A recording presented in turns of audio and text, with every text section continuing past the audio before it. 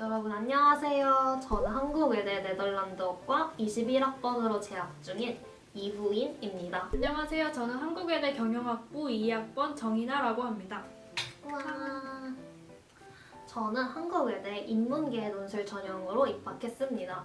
인원님은요? 저는 후이님과 달리 한국외대 논술 전형 중 사회계 전형으로 합격을 했습니다. 네, 인원님, 저희가 오늘 어떤 영상을 준비했죠? 네, 저희가 오늘 한국외대 논술고사를 치를 수험생분들을 위한 논술 꿀팁 영상을 준비했습니다.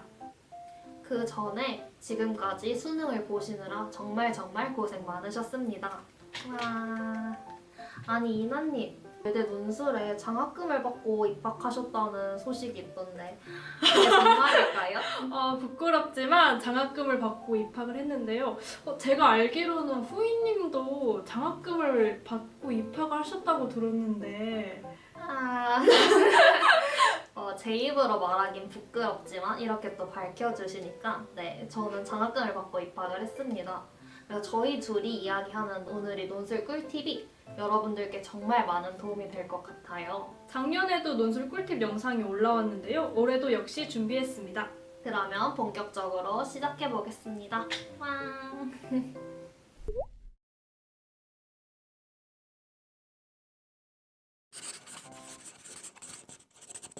그러면 먼저 제 논술 준비 기간부터 말씀을 드릴게요. 저는 8월 달인 여름방학 때부터 11월 달인 수능 직전까지 논술 준비를 했습니다. 정확히 말씀드리려면 8월 한 달은 사설 인강을 수강을 했고 9월부터 11월까지는 그 인강이 선생님을 찾아가서 직접 현장 강의를 수강하였습니다. 여러분들은 제 논술 기간, 준비 기간이 굉장히 짧다고 느끼실 수 있는데요. 저는 그만큼 논술에 시간을 많이 투자했던 것 같아요. 일주일에 대략 3편 정도의 논술을 작성을 했고 그중 2편은 인강을 통해서 수강을 하고 그 2편을 가지고 가서 선생님께 첨삭을 부탁드렸고 한 편은 직접 현장 강의를 수강하면서 공부를 했던 것 같습니다. 그래서 하루 총 논술 공부 시간은 2시간에서 3시간 정도 걸렸다고 생각을 해주시면 될 것 같아요. 그리고 외대 논술은 수능 직전에는 한 편 정도밖에 보지 않았고 수능 이후에는 기출문제를 풀면서 혼자 독학을 하면서 공부를 했습니다. 인원님께서는 논술을 어떻게 준비하셨나요? 저 같은 경우에는 2021년 3월부터 11월까지 약 7, 8개월 정도 논술을 준비를 했었는데요. 저는 재수를 할 때 처음으로 논술을 접하게 되었고 다니던 재수 학원에서 논술 수업을 받게 되었습니다. 일주일에 한 번씩 논술 수업을 들었고요. 11월에는 수능에 집중하라고 논술 선생님께서 아예 수업을 진행하지 않으셨어요. 그리고 수능을 본 후에는 주말을 제외하고 매일매일 논술 수업을 들었던 기억이 있습니다. 제가 약 7, 8개월 동안 논술을 준비하면서 느꼈던 점은 퇴고가 가장 중요하다는 것이에요. 저는 항상 논술 수업을 들은 후에 퇴고를 했었는데요. 논술 선생님께서 첨삭해주신 내용 그리고 선생님께서 잘 썼다고 칭찬해주신 사람의 글을 보면서 답안지를 퇴고를 했었습니다. 그리고 이때 꼭 채점 기준이랑 답지도 같이 보면서 퇴고를 진행했었는데요. 이렇게 답지랑 채점 기준을 보면서 퇴고를 하면 더 수월하게 할 수 있는데 그 이유는 답지랑 채점 기준에 이 대학의 논술을 어떻게 써야 하는지 방향이 다 나와 있기 때문에 이를 참고해서 퇴고를 하시면 더 수월하게 하실 수 있습니다. 그리고 퇴고를 하다 보면 자신이 어떤 부분에서 실수를 많이 하는지 파악할 수 있고 그 실수를 점차 고쳐 나가실 수 있기 때문에 퇴고를 꼭 추천드립니다. 한국외대 입학처 홈페이지에 올라와 있는 논술 가이드북에 작년도 기출 문제 그리고 모의 논술 문제 이에 대한 채점 기준과 답안지가 올라와 있기 때문에 이 논술 가이드북을 꼭 챙겨보시는 걸 추천드립니다. 자, 저희가 지금부터 외대 논술 합격을 위한 꿀팁을 여러분들께 알려드리려고 하는데요. 저는 문항별로 외대 논술 합격을 위한 꿀팁을 드리려고 합니다. 먼저 외대 논술은 매년마다 그 형식과 특징이 주로 반복되는 편이에요. 물론 확정적으로 매번 반복된다라고 말할 수는 없지만 뭔가 데이터적으로 반복되어서 출제된 만큼 여러분들은 기출문제와 그 다음에 논제에 조금 집중하실 필요가 있습니다. 준비를 하실 때 기출문제를 보시면서 문항별 특징을 살피실 것을 추천드려요. 먼저 1번 문제의 경우에는 주로 2가지 유형을 제시를 합니다. 여러분들은 그 기준대로 제시문들을 분류와 요약을 하시면 됩니다. 여기서 주의할 점, 분량이 400자밖에 되지 않아요. 그래서 기준대로 분류한 문장 한 문장과 제시문들을 요약한 문장들로 채우면 분량이 금방 끝나버립니다. 그래서 제시문의 내용을 주저리 나열하는 것보다는 간결하게 키워드만 뽑아가지고 쓰시는 연습을 하셔야 합니다. 키워드들은 채점 기준에 가장 명확하게 나와 있으니 채점 기준을 확인하면서 연습하실 걸 추천드릴게요. 그 다음 1번 문제는 2번과 3번에 연결되는 경우가 많기 때문에 1번이 짧다고 1번을 빨리 풀고 넘어가거나 아니면 1번이 조금 헷갈리는데 바로 2번, 3번으로 넘어가시는 것보다는 1번을 꼼꼼히 보실 걸 추천드립니다. 다음으로는 2번 문제인데요. 2번 문제는 여러분들에게 비판 혹은 평가할 걸 요구하십니다. 여기서 주의할 점은 정말 애매하게 평가하기보다는 확실하게 틀리면 틀렸다, 옳으면 옳다라고 평가를 해주셔야 된다는 점입니다. 마지막 3번 문제는 추론형 문제입니다. 인문 계열의 경우에는 별도로 제시문을 제시해 주는데 그 제시문이 한글인 경우도 있고 영어인 경우도 있습니다. 여러분들은 1번 문제와 마찬가지로 이 제시문을 요약 또는 정리하신 후에 1번의 두 가지 입장에 입각해서 분석을 하셔야 되는데요. 3번 문제의 경우에는 1번 중에 어느 한쪽 입장에 치우치기보다는 두 가지 입장을 모두 고려해서 그런 균형 있는 태도를 요구하니까 여러분들도 이 점에 집중하셔서 보셨으면 좋겠습니다. 후이님께서 문제별 꿀팁을 주셨다면 저는 종합적인 팁들을 알려드리도록 하겠습니다.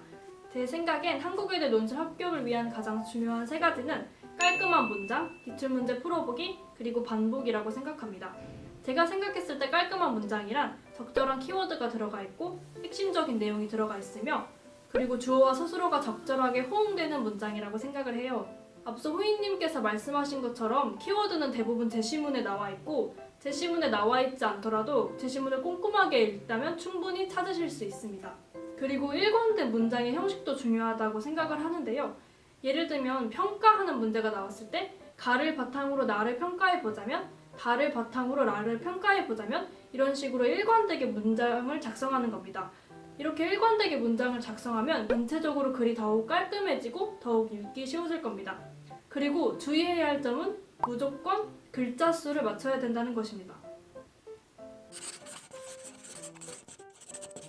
네, 다음으론 저희가 합격한 인문계와 사회계 문제별로 팁을 드리려고 합니다. 먼저 제가 합격한 인문계 논술 전형의 경우 영어 지문이 제시문 혹은 앞서 말씀드린 것처럼 3번 문제에 왕왕 등장합니다.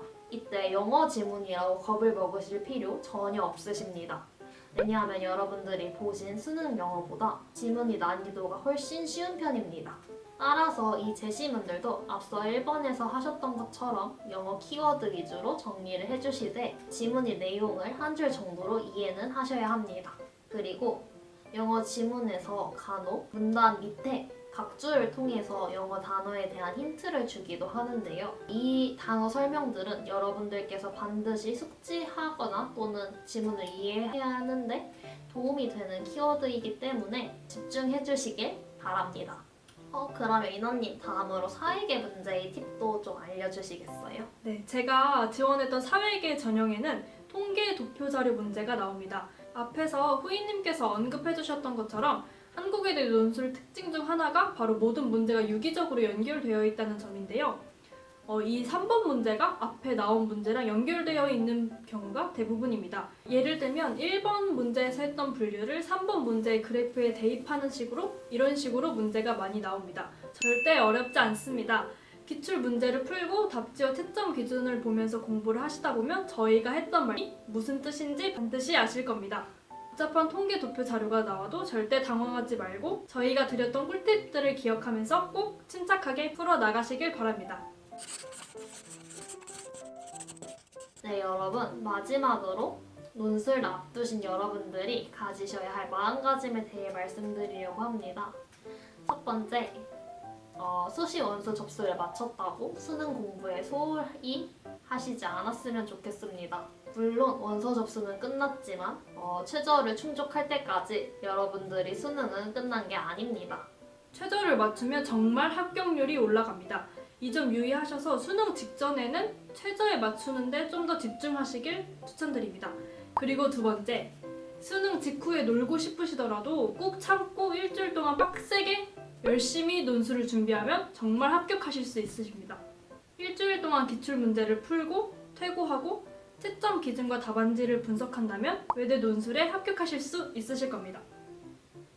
네, 이나님 말씀처럼 수능 직후 일주일이 외대 논술을 위한 황금 시간이라고 말씀드릴 수 있을 것 같아요. fak처의 모범 답안과 채점 기준을 비교해보는 것도 좋습니다. 여기서 포인트는 채점 기준이 어떻게 모범 답안에 녹아 들어갔는지를 조금 확인하시면서 보시면 좋을 것 같아요. 그리고 실제 시험 시간인 90분보다 조금 줄어든 75분 정도의 시간을 가지고 직접 재시면서 실전처럼 연습하시면 도움이 됩니다. 네, 여러분 이렇게 일주일간의 논술 막판 스퍼트가 끝난 후 드디어 논술 당일 아침이 밝았습니다. 논술 당일 날을 위해서 여러분들께서 준비하셔야 될 것들이 있는데요. 인원님, 에피소드가 있으시다고 들었어요. 네, 저는 다른 대학 논술 시험을 본 다음에 외대 논술 시험을 보러 왔었는데요. 차가 굉장히 많이 막혔던 기억이 납니다. 그래서 예정 시간보다 늦게 도착하고 밥도 되게 허겁지겁 빨리 먹고 들어왔던 기억이 나는데요. 아직도 생각나는 게 제가 쌀국수를 먹고 시험장에 들어갔었는데 그 소고기가 이에 껴서 시험 보는 내내 신경 썼던 기억이 납니다. 그래서 제가 말씀드리고 싶은 것은 미리 빨리빨리 행동해라. 저처럼 그 전에 다른 대학 시험이 있는 경우를 제외하고는 정말 미리 빨리빨리 가시는 걸 추천드립니다. 네, 저도 이나님 말씀에 굉장히 공감이 되는데요. 저는 인문계 시험을 보느라 아침에 그날 외대에 왔었어요. 근데 제가 시험을 보는 날 하필이면 서울에 폭설 예보가 터져가지고 눈이 펑펑 내리는 바람에 예정 시간보다 한 20분 정도 먼저 출발했는데도 학교 앞이 꽉 막혔는데 수험 시간이 임박해서 그 눈을 펑펑 맞으면서 시험장을 향했던 기억이 새록새록 떠오릅니다. 그래서 여러분들도 일찍 오시는 거 잊지 마시고 또한 날씨가 추울 수도 있으니까 거기에 대비할 핫팩이나 아니면 따뜻한 물을 챙길 것을 추천드립니다. 다음으로 또 뭐가 있죠, 이나님? 그리고 체크리스트를 만들어서 그날 챙겨야 할 준비물을 확인하는 것입니다. 생각보다 논술고사 당일날에 수험표라든지 신분증을 안 챙겨오시는 분들이 많아요. 그래서 챙기셨더라도 꼭 체크리스트를 만들어서 내가 준비물을 다 챙겼는지 확인하시길 바랍니다. 네, 저도 전날에 자기 전에 한 5번 정도 내가 오늘 가져가야 될 걸 다 챙겼는지 확인했던 기억이 있네요. 마지막으로 논술 시험장에 가셔서 여러분들 반드시 검토할 시간을 5분에서 10분 정도 남겨두는 걸 추천드립니다. 왜냐하면 급하게 논술을 쓰다 보니까 미처 발견하지 못한 비문이나 아니면은 오타 등이 날 수 있기 때문에 10분 정도는 여유를 두고 자신이 글을 검토하시길 꼭 추천드리는 바입니다. 그럼 마지막으로 총정리 한번 해볼까요? 첫 번째, 외대 논술 키워드를 챙겨주세요. 두 번째, 문장은 깔끔하게 쓸 수 있도록 주의해주세요. 세 번째, 1번, 2번, 3번간이 연결이 돼 있다는 점에 신경을 써주세요. 네 번째, 논술 가이드북을 꼭 참고하셔서 답안지와 채점 기준을 확인해주세요. 지금까지 한국외대 논술 합격을 위한 꿀팁들을 말씀드렸는데요. 저희가 말씀드린 꿀팁들을 꼭 참고하셔서 한국외대 논술 합격을 하시길 바랍니다. 네, 저희 꿀팁들이 여러분들께 정말 큰 도움이 됐으면 좋겠는 바람입니다. 지금까지 수능 준비하시느라 고생 많으셨고 마지막으로 조금만 더 힘내서 내년에 외대에서 뵀으면 좋겠습니다. 저는 지금까지 네덜란드어과 21학번 이후인 경영학부 2학번 정인아였습니다. 안녕!